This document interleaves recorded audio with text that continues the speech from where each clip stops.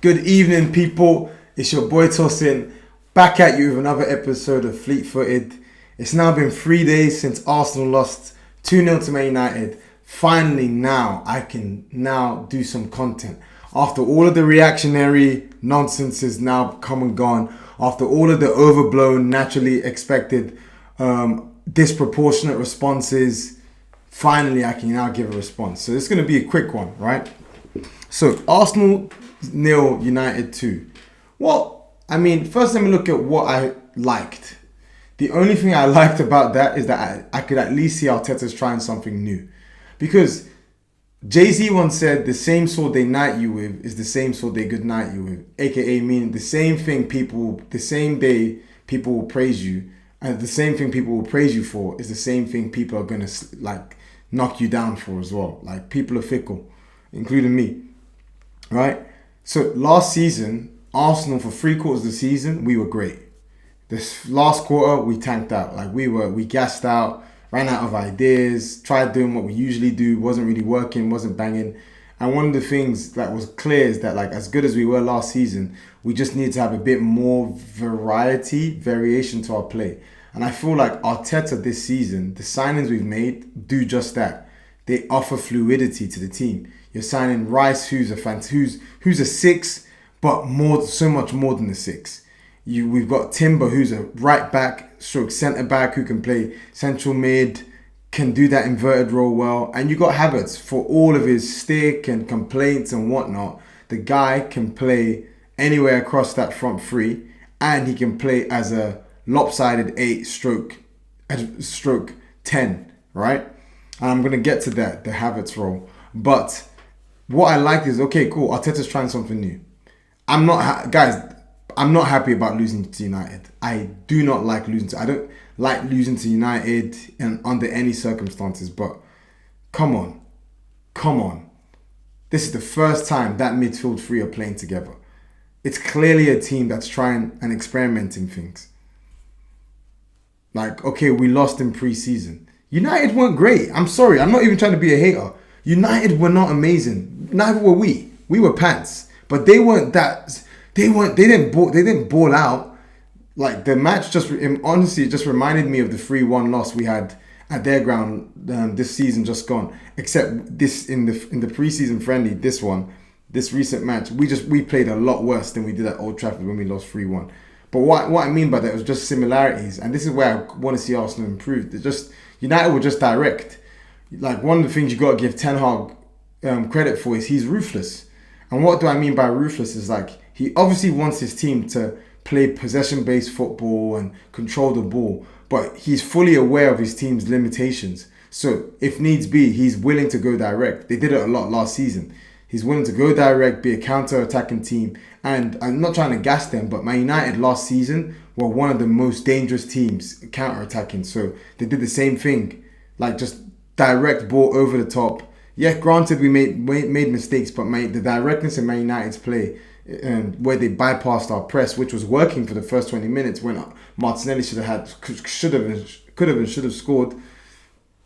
It's a different game, but still, United did that. They beat the press, went long, and it paid dividends. Cool. That's the story of the match.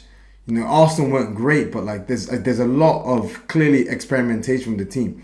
So I think that we just got to show caution in the way we respond.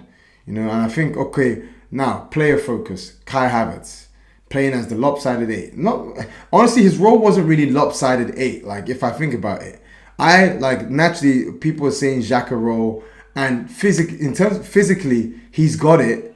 He's got the ability to do that, but I can't see him playing that, because one key thing is that I think that 8, that if it's going to be a lopsided 8 type of role, you're going to need someone who can arrive to the box late, but you're also going to need someone who can drop in when there needs to be some midfield control and knit the play together, play football.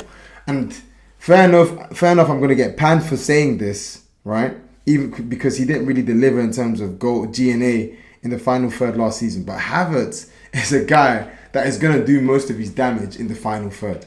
That's who he is. He's a guy that's going to play in between the lines, just outside of the box, arriving late in the box, doing damage there. I see him more as a I think it could work. The him playing 10, Odegaard playing 10, and Rice playing Rice playing as a 6.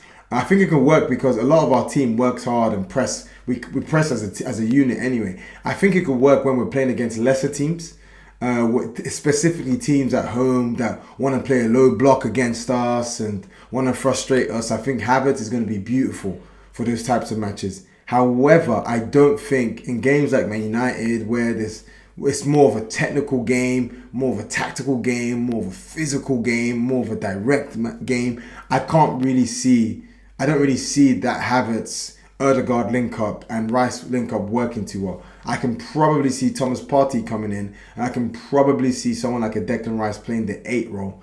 I can see that happening. But still, we tried it, and I guess Arteta would have learned a lot from the L. You learn a lot more. Failure makes more winners than success ever does, you know. So I think we'll have learned from that. Now, this is a 65 million player, and I'm saying he's going to be used in lesser games, but that's what Arsenal need. That's what we need. There were some games last season where we just needed just that bit more quality outside of our starting 11, and we didn't have it. You know, we'd bring on a Nelson who would do bits at times, bring on a Trossard who is a good player, but we just needed more. And if he's going to give us that more, then so be it. I don't mind. I do not mind at all. And I think the lopsided 8 roles are probably going to be they're probably going to be filled by Rice and honestly Leandro Trossard. If you ask me who's probably been Arsenal's, for me, the player that I've been most impressed with in pre-season, I think it's Leandro Trossard. The guy's looked really good, and it's not like he's looked good playing whatever role. He's looked good playing centre forward in like the second half against I think Nuremberg, or he's looked good playing central mid as one of the 8s. Like the guy's a really good player, and what I like about him is why I think he could probably do one of that 8 role is he's quite press resistant. You know, he helps us play football. He keeps the ball. He's able to be like almost like Santi Cazorla-esque when we moved him into midfield, able to just knit things together and keep things going. I think he could do that really well. He's a really intelligent player, but the main point I'm trying to say, guys, is like, and it leads me to the spiritual point, is I'm honestly like, I don't have time for these overreacting Arsenal fans this season. I really don't have time for this. Like, I think where has this culture, this instant gratification, things have instantly got a bang, where's this come from? Like in football nowadays, it's almost like we forget people need bedding in periods. Like, I just do not understand. Like, people, I'm even hearing some stuff about people talking about Declan Rice. It's like, bruv, it's one game. It's his first start. What do you want? Like, I just don't get it. And I think it's just symptomatic of just life. This is not just a football. This is just culture. We live in such an instant gratification world. If I feel a way, then how I feel is the truth. No, it's not. How you feel is how you feel. It doesn't necessarily mean it's the truth. It reminds me of a scripture. I'm really passionate about this because this is something that I have to struggle with myself daily. But like, it's something that I see. The Bible says in Proverbs chapter 16, verses 32. It says this. It says, "He who is slow to anger is better than the mighty. He who rules his own spirit than he who takes a city." The scripture is talking about self-control, the need to have self-control, the need to not give into your emotions all the time. And I feel like that's what we do nowadays. We just give into our emotions. Like, there's no self-control. And I think we give into our entitlement, we give into immaturity, we give into just being emotional for no reason, especially the Arsenal fans. We are such an emotional fan base. Like, come on, are we really going to have a meltdown after one pre-season friendly where lots of players are playing, well, not lots, but where key players are having starts for the first time, playing together for the first time? Are we really gonna do this now? Really? I think we gotta just take a hard look at ourselves in the mirror. Just like, where's your self-control? Would you do this in any other job? Like, can you imagine starting a new job and being angry that you don't know anything on your first day? Like, what? So why is this becoming acceptable then? Okay, cool. We spent 65 M's on him. We spent 105 M's on Rice. It's a lot of money, but they still need time to bed in. So I'm not for this rubbish. I think we just need to cut it out. Like, this over emotional stuff. Because when you're over emotional, you got no self control, and you give into what you feel and what you think, you make a lot of dumb decisions. People make a lot of dumb decisions. I make a lot of dumb decisions when I'm just living purely based off of what my instinct and emotion, instead of just calming down, having self-control, and applying reason. So that's my rant over about that. I mean, it's a disappointing result, but it is what it is. Like, there's stuff we'll learn from that. There's new things being tried, and definitely I'm sure it's going to pay dividends for us in the season. I'd rather lose in this way now than like when it really matters at the start of the season. Think about Invincibles. When we had the Invincible season, we didn't win a single game our preseason. I found that today. We didn't win a single game. So like all of these people trying to draw signs from preseason, please give it a rest. Lastly, guys, Balogun and Nketiah. So I put a post about this on the Fleet-footed Instagram. Now this one is really interesting because if you put player for player, Balogun absolutely should be given a chance. I feel like Nketiah has had his chance. He came in, he showed what he could do last season. Respect. It's not easy to do what he did, coming in with the pressure he had last season and at least delivering to an extent, right? But I think he showed us what his ceiling is. Whereas Balogun, we're yet to discover what his ceiling is. You know, he had a great season in France, but again, like I said in the last video, bagging 20 goals in France, like, bro, like, the Premier League is a different beast. Nicolas Pepe was looking like last season's Bukayo Saka in the French league. He came to the Premier League and he just buckled. You know, like the pressure, the price tag, like he's a decent player, but he just wasn't anywhere near the level that people expected of him, right? So like, it's not a guarantee that Balogun will come in and just hit the ground running. But that being said, I think he's done enough to at least be given more of a chance in pre-season. And I think I think between the two, I definitely would sell Nketiah and give Balogun a chance. I think that's the wise thing to do. But I'm just trying to see things from Arteta's point of view. He doesn't like troublemakers. And he hates people with stinky attitudes. We saw it with Guendouzi. We saw it with Aubameyang. We saw it with Ozil. Once Arteta sniffs that out. We saw it even with Lokonga. Remember the all or nothing. Oh yeah, why am I playing? And Nketiah had to tell him, like, bro, like, pattern up. Go show what you're going to do on the pitch. Stop complaining. Stop moaning. You're not the only one, right? So that's why I respect Eddie. I feel like he's got the right type of mindset that Arteta wants. He just is lacking the quality. But I think this is where Balogun, I spoke on it in my previous video and I'm going to say it again. If he really wants to be given a chance at Arsenal, I think he's going about it the wrong way. I can't speak for what he's like on the training pitch and whatnot, but I'm just, again, going based off of his comments.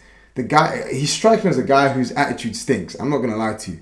You know, like, you can't be making comments saying there's not more I can do, or coming into this season to show the man. What do you mean there's not much more you can do? Bro, you got a whole pre-season. Of course there's more you can do. The manager needs to see you himself. He needs to see how you fit in with the team. He needs to see how you gel. He needs to see what your mentality is like. He needs to see that you're not going to be entitled. You're not going to be pampered. He needs to see that he can count on you. Like, I think Balogun, yeah, like, you can't be spoiled. Like, you're not bigger than the team.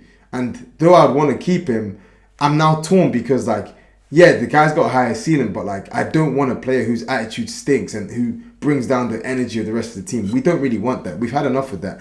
And the sooner Arsenal have gotten rid of these types of players, the better our performances have been.